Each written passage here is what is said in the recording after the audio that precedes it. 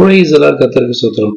இன்று கர்த்தர் நம்மோடு பேச விரும்புகிற வார்த்தை, கர்த்தர் உன் பாதைகளை செவ்வையாக்குவார். ஆமேன். செவ்வையாக்குறது தான் நேராக்குறதுங்க. கோணலான பாதைகளை செவ்வையாக்குற தேவன், நேராக்குற தேவன் இன்று உங்களோடு இருக்கிறது. வசனம் என்ன சொல்லுதுன்னா, உன் வழிகளெல்லாம் அவரை இணைத்துக்கொள், அப்பொழுது அவர் உன் பாதைகளை செவ்வையாக்குவார். வழிகள்லாம் போக வேண்டிய பாதையை அவர்கிட்ட கேட்கணும். நடக்க வேண்டிய வழி உனக்கு காட்டுவேன், உண்மையில கண்ணை வைத்து உனக்கு ஆலோசனை சொல்லுவேன்னு சொல்லிருக்காரு இல்லையா?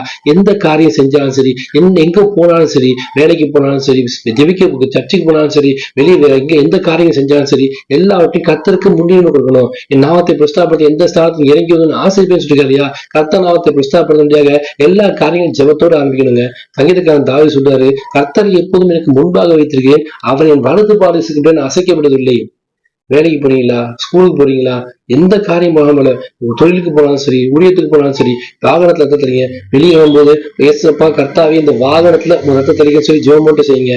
பிள்ளைகளை வெளியே போறாங்களா, ஜெபம் பண்ணி அனுப்பிச்சுடுங்க. கர்த்தாவே ரத்த கொடுக்கலின் மறைத்துக்கொள்ள பாதைகளை செவ்வியாக்க சொல்லி ஜெபம் பண்ணி அனுப்பிச்சுடுங்க.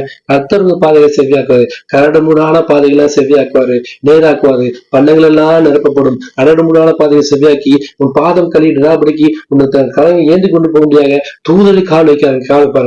இப்ப கல்லில் சிக்கிக்கொள்ளாபடிக்கு, புதைக்குழியில் சிக்கிக்கொள்ளாபடிக்கு, எந்த பிரச்சனை போராட்டங்களும் சிக்கிக்கொள்ளாபடிக்கு கர்த்தர் உங்களுக்கு பாதுகாப்பாரு. செய்ய வேண்டிய ஒரே விஷயம், எல்லா காரியங்களும் கர்த்தருக்கு முன்பாக வைங்க. ஒரு ஜெபத்தோட ஆரம்பிங்க. கர்த்தர் நீங்க கூட வாங்கன்னு சொல்லி எல்லா காரியங்களையும் கர்த்தரை முன்னிலைப்படுத்தி அவரை முன்னிலை வச்சு நம்ம பேர் நடக்கும்போது அவங்கள சரியான பாதை நடத்துவாரு. ஆசீர்வாதமா இருக்கும். எந்த விதமான நாச மோசங்களை விருத்தாவத்தை வராபடிக்கு கர்த்தர் ஒரு ரத்த கோடுகளோட மறைத்து பாதுகாப்பாரு. இன்னைக்கு கர்த்தரோட பேசுற வார்த்தை, எல்லா காரியங்களும் கர்த்தர் முன்பாக வைங்க. அவர் ஒரு பாதைகளை செவ்வாக்கி ஆசீர்வாதம் மாற்றி தருவார். ஆமீன். God bless you.